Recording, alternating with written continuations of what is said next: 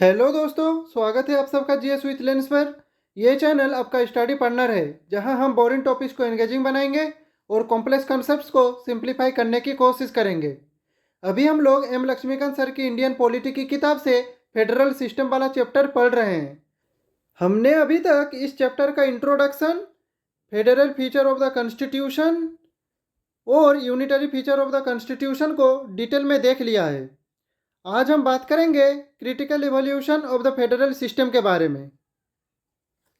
तो देखिए दोस्तों, भारत का संविधान दुनिया के दूसरे फेडरल देशों जैसे अमेरिका, ऑस्ट्रेलिया और कनाडा से अलग है।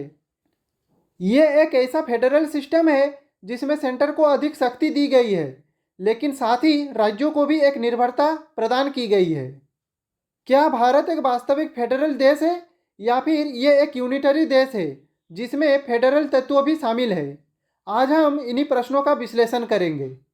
देखिए दोस्तों, आज के इस वीडियो का कंटेंट भी लक्ष्मीकांत सर की बुक से लिया गया है, लेकिन मैंने इसे और क्लियर बनाने के लिए थोड़ा स्ट्रक्चर्ड फॉर्म में प्रेजेंट किया है। ओरिजिनल बुक में इसे सब हेडिंग्स नहीं है, पर मैंने इस कॉन्सेप्ट को लॉजिकली 7 सब हेडिंग में डिवाइड किया है ताकि आपको समझने और याद रखने में आसानी हो। ये मैं इसलिए बता रहा हूँ क्योंकि आपको ये ना लगे कि ये कंटेंट बुक का एग्जैक्ट फॉर्मेट नहीं है। मैंने सिर्फ समझाने के लिए इसे थोड़ा और सिस्टमेटिक बना दिया है। तो critical evolution of the federal system का सबसे पहला पॉइंट है नेचर ऑफ इंडियन फेडरलिज्म। तो चलिए इसे देखते हैं।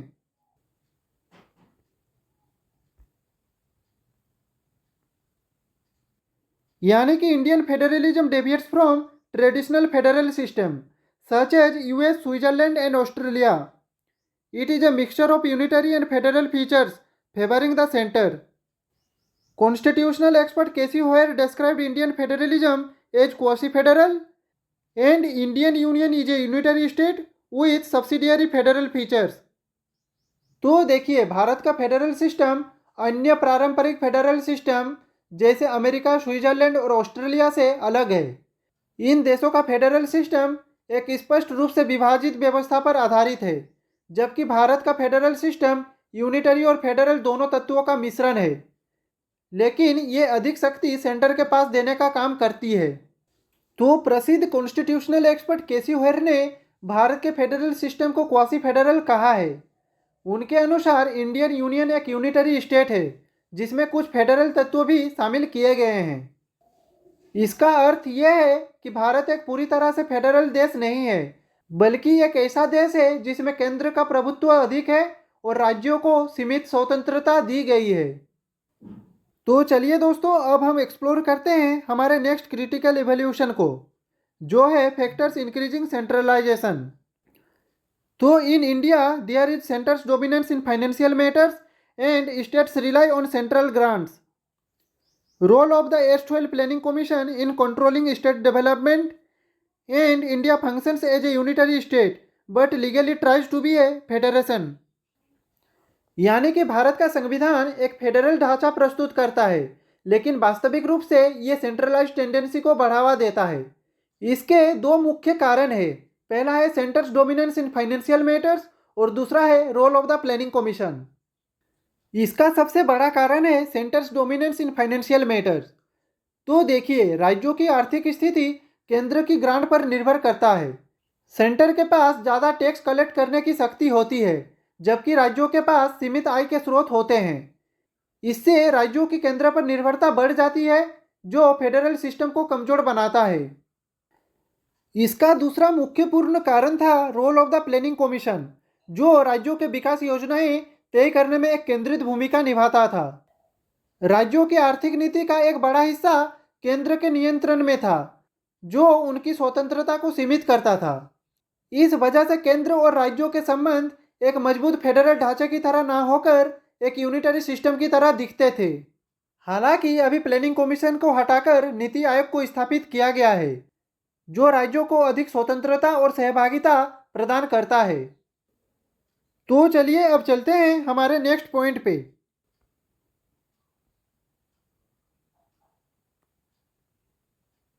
तो हमारा नेक्स्ट पॉइंट है alternative perspective on Indian federalism. तो देखिए दोस्तों, अब तक हमने देखा कि भारत का फेडरल सिस्टम कैसे केंद्र की तरफ झुकाव रखता है, लेकिन अलग अलग राजनीतिक विचारक इस व्यवस्था को अलग नज़रिए से देखते हैं। तो चलिए अब इन्हीं दृष्टिकोण को समझने की कोशिश करते हैं। तो पॉल एप्पलबाई ने हमारे फेडरलिज्म को एक्सट्रीमली फेडरल कहा था, यानी कि उनका मानना था कि भारत का संविधान अत्यधिक फेडरल है। उनके हिसाब से भारत में राज्यों को भी काफ़ी अधिकता दी गई है और केंद्र और राज्यों के बीच एक स्पष्ट अधिकार वितरण है। मॉरिस जोन्स ने इसे बार्गेनिंग फेडरलिज्म कहा था, यानी कि उनका कहना था कि भारत में सेंटर और स्टेट के बीच एक तरह की समझौता होती है जिसमें दोनों अपने अपने हितों के लिए समझौता करते हैं। यहाँ पे स्टेट सेंटर से अधिक अधिकार या अनुदान लेने की कोशिश करते हैं और सेंटर अपनी शक्ति बनाए रखने का प्रयास करती है। ईवोर जेनिंग्स ने इसे federation with a strong centralising tendency कहा था। तो उनका विचार था कि भारत एक फेडरेशन है लेकिन इसका सेंट्रलाइजेशन बहुत ज़्यादा है। उन्होंने कहा कि भारत में अधिक शक्ति केंद्र के पास है जो इसे एक फेडरल सिस्टम के बजाय एक यूनिटरी सिस्टम की तरफ ले जाता है। ग्रेनविले ऑस्टिन ने इसे कोऑपरेटिव फेडरलिज्म कहा था, यानी कि उनका मानना था कि भारत का फेडरल सिस्टम एक कोऑपरेटिव फेडरलिज्म है जिसमें केंद्र और राज्य एक साथ मिलकर काम करते हैं। उनके हिसाब से यह एक नया तरीका है जिसमें सेंटर और स्टेट के बीच सहयोग का महत्व है। अलेक्जेंड्रो ओइग्स ने कहा था इंडियाज फेडरलिज्म इज सुई जेनरिस, यानी कि it is unique in character. तो उन्होंने कहा कि भारत का फेडरल सिस्टम सुई जेनरिस है, यानी कि एकदम अनोखा।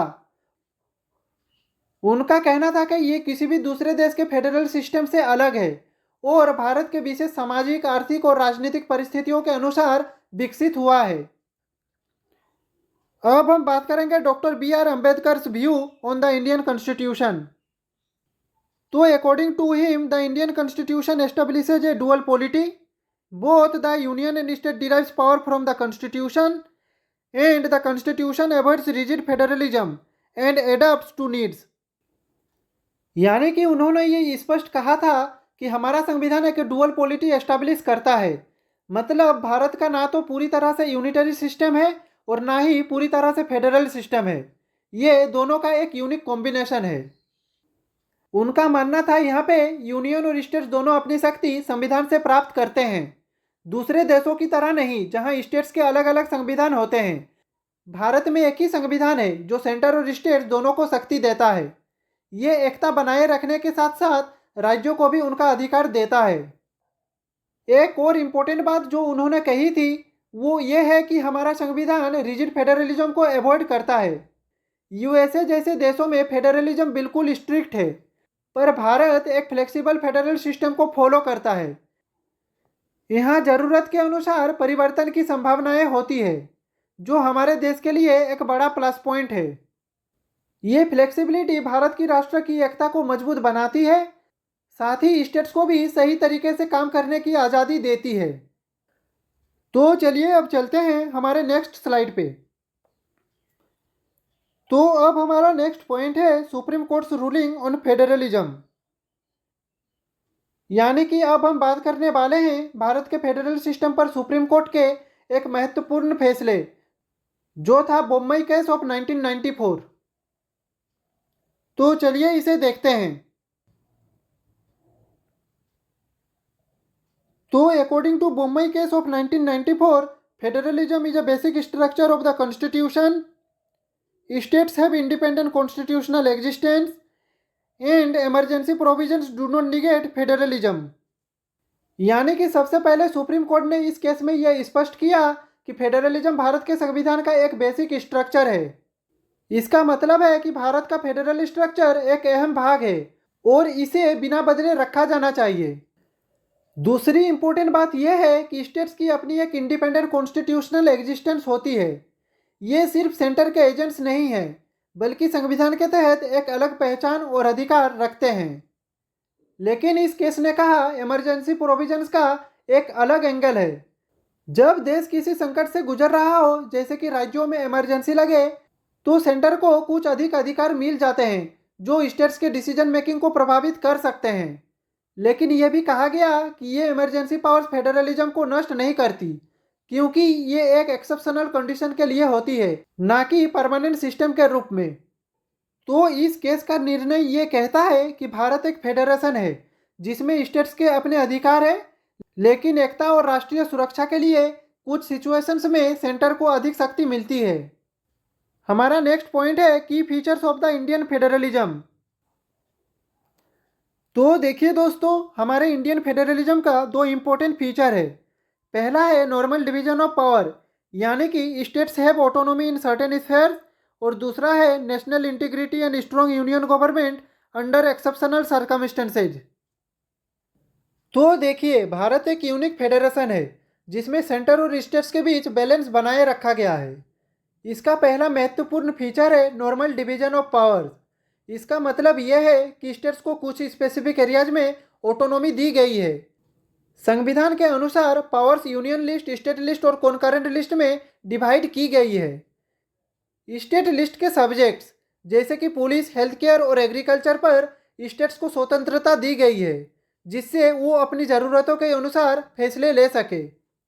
इसका दूसरा इम्पोर्टेंट फीचर है नेशनल इंटीग्रिटी और strong union government under exceptional circumstances, यानी कि जब देश किसी बड़ी इमरजेंसी या क्राइसिस से गुजर रहा हो, जैसे कि राष्ट्रीय सुरक्षा का सवाल हो या फाइनेंशियल इमरजेंसी लगे, तो यूनियन गवर्नमेंट को अधिक शक्ति मिलती है।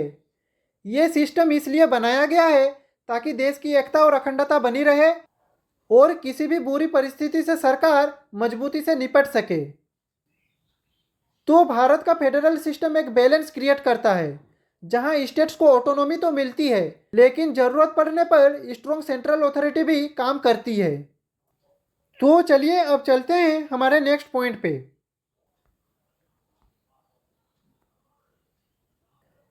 तो हमारा नेक्स्ट पॉइंट है फेडरल इश्यूज इन प्रैक्टिसेज, जैसे territorial disputes such as Maharashtra versus Karnataka over Belgaum, water disputes such as Karnataka versus Tamil Nadu over Kaveri river, and rise of regional parties affecting centre state relation. तो देखिए दोस्तों, फेडरलिज्म का कॉन्सेप्ट भले ही थ्योरी में clear हो, लेकिन प्रैक्टिस में इसमें कई चैलेंजेस देखने को मिलती है। पहला बड़ा इशू है टेरिटोरियल डिस्प्यूट्स। भारत के कई स्टेट्स के बीच सीमा विवाद हमेशा से एक चिंता का विषय रही है। इसका एक उदाहरण है महाराष्ट्र और कर्नाटका के बीच बेलगाम को लेकर विवाद। महाराष्ट्र का कहना है कि बेलगाम एक मराठी भाषी क्षेत्र है, जबकि कर्नाटका इसे अपना हिस्सा मानती है। ये डिस्प्यूट्स फेडरल हार्मोनी के लिए एक चुनौती है। इसका दूसरा बड़ा इशू है वाटर डिस्प्यूट्स, यानी कि पानी के विभाजन को लेकर स्टेट्स के बीच कई बार तनाव देखने को मिलता है। इसका एक प्रमुख उदाहरण है कर्नाटका और तमिलनाडु के बीच कावेरी रिवर डिस्प्यूट। ये विवाद इस बात पर है कि कावेरी नदी का पानी दोनों राज्यों के बीच कैसे बांटी जाए। ऐसे डिस्प्यूट्स कई बार पॉलिटिक्स और लॉ दोनों को प्रभावित करते हैं। तीसरा महत्वपूर्ण इशू है रीजनल पार्टीज का उदय और सेंटर स्टेट रिलेशन। तो आज के समय में रीजनल पार्टीज का रोल काफ़ी बड़ा हो गया है। ये कई बार सेंटर और स्टेट के रिलेशन को प्रभावित करता है। जब एक स्टेट में कोई रीजनल पार्टी हो और सेंटर में अलग पार्टी हो, तो दोनों के बीच टकराव होने की संभावना बढ़ जाती है। ये डिसीजन मेकिंग और गवर्नेंस को प्रभावित करती है। तो भारत के फेडरल सिस्टम को चलाने में ये इशूज एक बड़ा चैलेंज है, जिसे समझदारी से सुलझाने की ज़रूरत है। तो दोस्तों, फेडरल सिस्टम वाला चैप्टर हमारा यहीं पे ख़त्म होता है। अगर आपका कुछ भी डाउट हो तो आप कमेंट बॉक्स में पूछ सकते हैं, और अगर आपको ये वीडियो पसंद आई हो तो लाइक करें, कमेंट करें, शेयर करें, और ऐसे ही वीडियो देखने के लिए चैनल को सब्सक्राइब करें।